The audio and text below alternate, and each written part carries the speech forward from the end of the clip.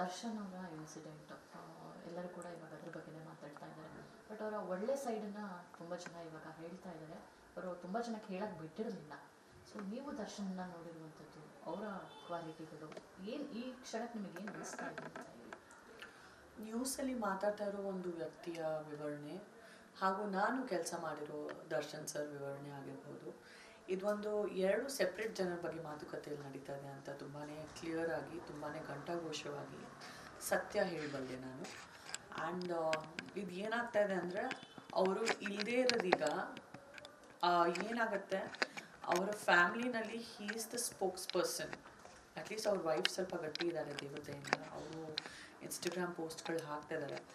But main spokes person ಅವರ ಜೀವನಕ್ಕೆ ಮತ್ತು ಅವರ ಮನೆಯಲ್ಲಿ ಅವರೇ.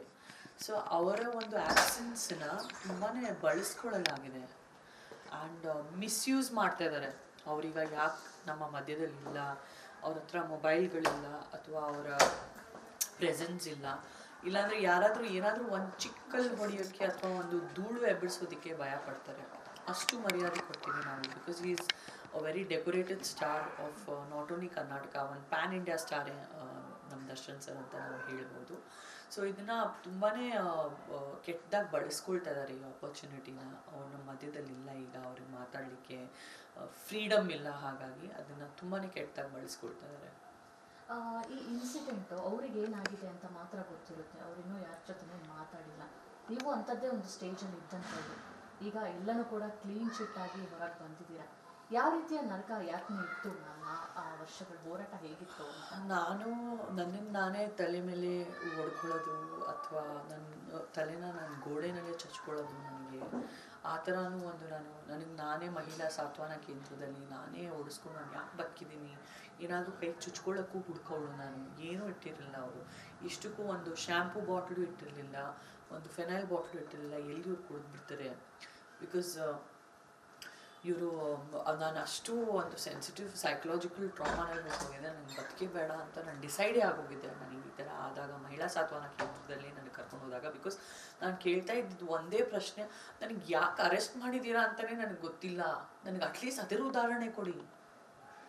ಆ್ಯಂಡ್ ಇವತ್ತು ನನ್ನ ನೋವು ಜನರಿಗೆ ಅರ್ಥ ಆಗುತ್ತೆ, ಯಾಕಂದರೆ ನಾನು ಕ್ಲೀನ್ ಚಿಟ್ ತಗೊಂಡು ನನ್ನ ಮೇಲೆ ಮಾಡಿರೋ ಅಷ್ಟು ಗಂಭೀರ ಆರೋಪಗಳು ಎಲ್ಲ ಸುಳ್ಳಂತ ಡಿಕ್ಲೇರ್ ಆಗಿದೆ. ಏನೇನೋ ಆಚೆ ನ್ಯೂಸಲ್ಲಿ ಬರ್ತಾ ಇದೆ, ಒಂದಕ್ಕೂ ಅಲ್ಲಿ ಸಪೋರ್ಟಿಂಗ್ ಎವಿಡೆನ್ಸ್ ಇಲ್ಲ. ನನ್ನ ಹತ್ರ ನನ್ನ ಫೋನ್ ಇಲ್ಲ ರಿಟರ್ನ್ ಮಾತಾಡೋದಕ್ಕೆ, ಏನು ಬಂದಿಲ್ಲ ನಮ್ಮ ಬಗ್ಗೆ ಟಿ ವಿನಲ್ಲಿ. ನಾನು ನೋಡಿದ್ರೆ ಮನೆ ಕಡೆ ಸಿಂಪಲ್ಲಾಗಿ ಲವ್ವಲ್ಲಿದ್ದೀನಿ, ನನ್ನ ಡಾಕ್ಟರ್ ಸರ್ ಜೊತೆ ನಮ್ಮ ಹಳೆಯ ಲವ್, ಅದು ನಾವು 10-15 ಇಯರ್ಸ್ ಜೊತೆಗಿದ್ದೀವಿ. ಆಚೆ ಹೋಗೋದು, ಶೂಟಿಂಗ್ ಮಾಡೋದು, ರಿಟರ್ನ್ ಮನೆಗೆ ಬರೋದು. ಅಬ್ಬಬ್ಬಾ ಇಲ್ಲಿ ಸ್ವಲ್ಪ ಆಚೆ ಓಡಾಡ್ಬಿಟ್ಟು ಹೋಟೆಲ್ಗಳಲ್ಲಿ ಸ್ವಲ್ಪ ಮಾಡರ್ನ್ ಈ ಪಬ್ಗಳಲ್ಲಿ ಹೋಗ್ತೀವಲ್ಲ, ಹೋಗಿ ಬರೋದೇ ತಪ್ಪ, ಇಸ್ ಇಟ್ ಇಲ್ಲೀಗಲ್ ಅಂತಲೇ ನನಗೆ ಅನ್ನಿಸ್ತು. ಬಿಕಾಸ್ ಹಂಗಿದ್ರೆ ಇಡೀ ದೇಶ ಪ್ರಪಂಚನೇ ಅರೆಸ್ಟ್ ಆಗೋಗ್ಬೇಕು, ಬರೀ ನಾನು ಯಾಕೆ ಅರೆಸ್ಟ್ ಆಗಿದ್ದೀನಿ? Just going to a pub and coming is wrong. Modern culture ಅದು. ನಾವು ಏನೋ ಯಾರಿಗೂ ಒಂದು ಇಳಿ ಸಾಯಿಸೋಷ್ಟು ನಾವು ನೋವು ಮಾಡಿಲ್ಲ ನನ್ನ ಪರಿವಾರದಲ್ಲಿ. ನಾವಾಯಿತು, ನಮ್ಮ ಪಾಡಾಯಿತು, ನಮ್ಮ ಜೀವನ ಆಯಿತು, ನನ್ನ ತಂದೆ ತಾಯಿ ಆಯಿತು. ನಾನೇ ದೊಡ್ಡ ಮಗಳು ನನ್ನ ಮನೆಯಲ್ಲಿ. ಸೊ ನಾನೇ ದೊಡ್ಡ ಮಗನ ಥರ ನನ್ನ ತಾಯಿ ತಂದೆನ ಸಾಕ್ತೀನಿ. ಇದೆಲ್ಲ ನಡೆದಾಗ ಮನಸ್ಸಲ್ಲಿ ಒಂದು ಭಾವನೆ, ನಾನು ಸತ್ತು ಹೋದರೆ ಪರವಾಗಿಲ್ಲ, ಸ್ವಂತ ಮನೆ ಇದೆಯಾ, ತಂದೆ ತಾಯಿ ಸ್ವಂತ ಮನೆಯಲ್ಲೇ ಬದುಕ್ತಾ ಇದ್ದಾರಾ ಅಂತ ನನಗೆ ಪ್ರಶ್ನೆ. ಅವ್ರದ್ದೇನಾಗುತ್ತೆ ಅಲ್ಲಿ ತನಕನೂ ಯೋಚನೆ ಮಾಡ್ಕೊಂಡ್ಬಿಟ್ಟಿದ್ದೆ ನಾನು. So very bad attack and very bad attack.